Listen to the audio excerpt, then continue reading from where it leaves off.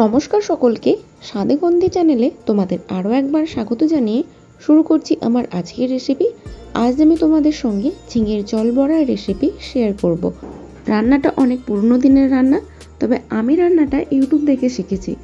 ইউটিউবে দেখার পর রান্নাটা আমি বাড়িতে ট্রাই করি, আর সত্যি রান্নাটা খেতে খুবই সুন্দর হয়েছে এবং আমার বাড়ির সকলেরই খুব পছন্দ হয়েছে।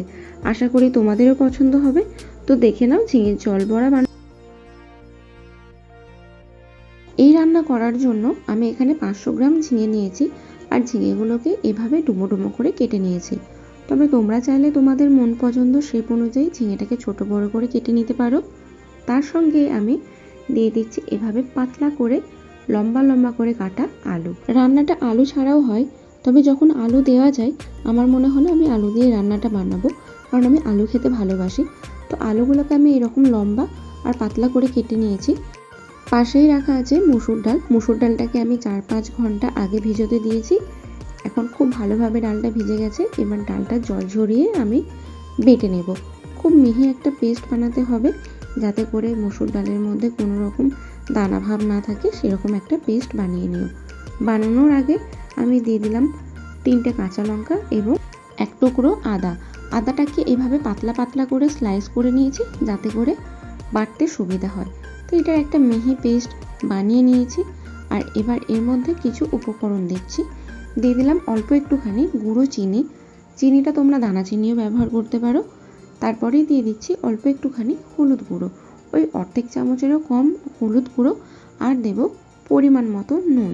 এবার এই সব কিছু উপকরণ দিয়ে ডালটাকে ভালোভাবে ফেটিয়ে নিতে হবে। ডাল যত ভালোভাবে ফেটাবে বড়া তত নরম হবে। কিছুক্ষণ পরে এটাকে ফেটাবো। আমি রান্নাতে আরও একটু মশলা ব্যবহার করব। তার জন্য আমি এখানে নিয়ে নিয়েছি 1 চামচ সাদা সর্ষে এবং তার সঙ্গে 1 চামচ পোস্তর দানা। এবার এগুলোকে একটা মিহি পেস্ট বানিয়ে নিচ্ছি। ঠিক এরকম বাটাবাটি ঝামেলা সেরে এবারে চলে এসেছি রান্নার প্রসেসে। প্রথমেই গ্যাসের চুলায় কড়াই করিয়ে দিয়েছি। এবার কড়াই ভালো মতো গরম হয়ে গেলে ওর মধ্যে দিয়ে দেব সর্ষের তেল। রান্নাটা সর্ষের তেলেই ভালো হয়, তোমরা অবশ্যই করে রান্নাটা সর্ষের তেলেই করো। এবার তেল ভালো মতো গরম হয়ে গেলে তেলের মধ্যে দিয়ে দেব একটা শুকনো লঙ্কা ফাটিয়ে ফোড়ন। তার সঙ্গেই দিয়ে দেব অল্প একটুখানি 5 ফোড়ন। 5 ফোড়নের পরিবর্তে কালো জিরেও ব্যবহার করতে পারো। এবার ফোড়নটাকে কয়েক সেকেন্ডের জন্য নাড়াচাড়া করে নিয়ে আমি এর মধ্যে কেটে রাখা আলু দিয়ে আলুটাকে কিছুক্ষণ ভেজে নেব। আমি প্রথমেই বলেছি এই রান্নাটা আমার ইউটিউব দেখে শেখা। আমি এই রান্নার ভিডিওটা প্রথম দেখি ফেসবুক শর্টসে। ওখান থেকে আমার ইন্টারেস্ট জাগে রান্নাটার প্রতি। তারপর আমি এসে ইউটিউবে বেশ কয়েকটা ভিডিও দেখি। বেশ কয়েকজনের ভিডিওতে কমন কথা আমি একটাই পেলাম, যে এই রান্নাটা তার ঠাকুমা দিদার থেকে শেখা। তবে আমি তো ইউটিউব দেখেই শিখেছি। আমার ঠাকুমা অনেক আগেই গত হয়েছেন, জানি না তিনি এই রান্না জানতেন কিনা। তবে ইউটিউব থেকে শেখা হলেও এই রান্না আমি সহ আমার পরিবারের সকলেরই মন জয় করে নিয়েছে। আলু তেলে দেওয়ার পর কিছুক্ষণ নাড়াচাড়া করে নিয়ে পরিমাণ মতো নুন এবং অর্ধেক চামচেরও কম হলুদ গুঁড়ো দিয়ে আলুটাকে আবারও ভালো করে নাড়াচাড়া করে নিচ্ছি।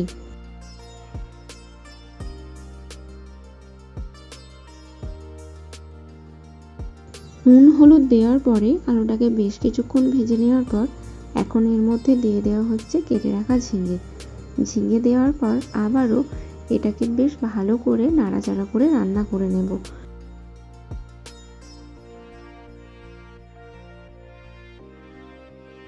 এই রান্নাতে আমি আগে থেকে কোনো জল ব্যবহার করব না।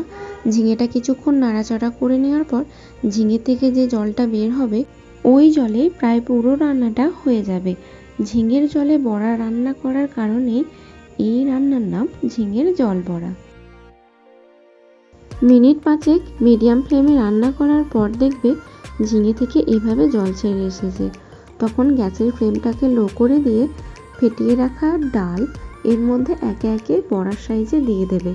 আমি এখানে এই রান্নাটা মসুর ডাল বাটা দিয়ে করছি, তবে তোমরা যে কোনো ডাল বাটা দিয়ে করতে পারো। হাতের মধ্যে অল্প করে ডাল বাটা নিয়ে এরকম ছোট্ট ছোট্ট বড়ার আকারে রান্নার মধ্যে দিয়ে দেবে। আর অবশ্যই করে গ্যাসের ফ্লেমটা লোয়েতে রাখবে। এভাবেই বড়াগুলোকে দেওয়ার পর ঢাকা চাপা দিয়ে 10 মিনিটের জন্য রান্নাটা হতে দিও। তবে সব ডাল বাটাটা রান্নায় বড়ার আকারে দিয়ে দিও না। একটা বড়া হবে সেই রকম আকারের অল্প একটু ডাল বাটা বাটির মধ্যে রেখো, ওটা কিছুক্ষণ পরেই কাজে লাগবে। 10 মিনিট পর ঢাকা খুলে দেখবে বড়াগুলো এক পিঠটা হয়ে গেছে। এবার খুন্তি, চাটু বা চামচের সাহায্যে বড়াগুলোকে আস্তে আস্তে অপর পিঠে উল্টে দেবে। এভাবেই সব বড়াগুলোকে আস্তে আস্তে এপিঠ থেকে ওপিঠে পাল্টে দিয়ে আবারও ঢাকা চাপা দিয়ে লো ফ্লেমে 5 মিনিট রান্নাটা করে নেবে।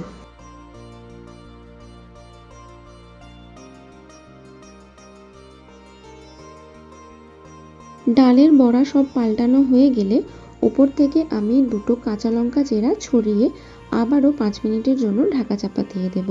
5 মিনিট পরে ঢাকা খুললে তোমরা এরকম একটা জিনিস দেখতে পাবে। দেখতে পাচ্ছ রান্নাতে জল কতটা শুকিয়ে গেছে। এখন রান্নাটা প্রায় শেষের দিকেই চলে এসেছে। এই সময় রান্নাটাকে আলতো হাতে একটু নাড়াচাড়া করে নেব।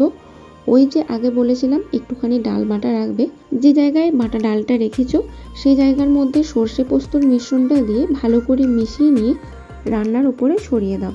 বাটি ধুয়ে আবারও অল্প একটুখানি জল দিয়ে নিলাম।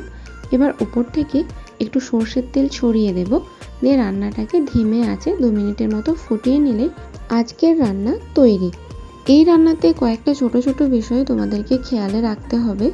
রান্নাতে তোমরা কেমন গ্রেভি চাইছো সেই পরিমাপ অনুযায়ী থেকে একটু বেশি জল ব্যবহার করো এবং রান্নাতে গ্রেভির ঝোলটা একটু বেশি পরিমাণেরই রেখো, কারণ আস্তে আস্তে বড়াগুলো জল শোপ করে নেয় এবং গ্রেভিটা আস্তে আস্তে মোটা হয়ে যায়।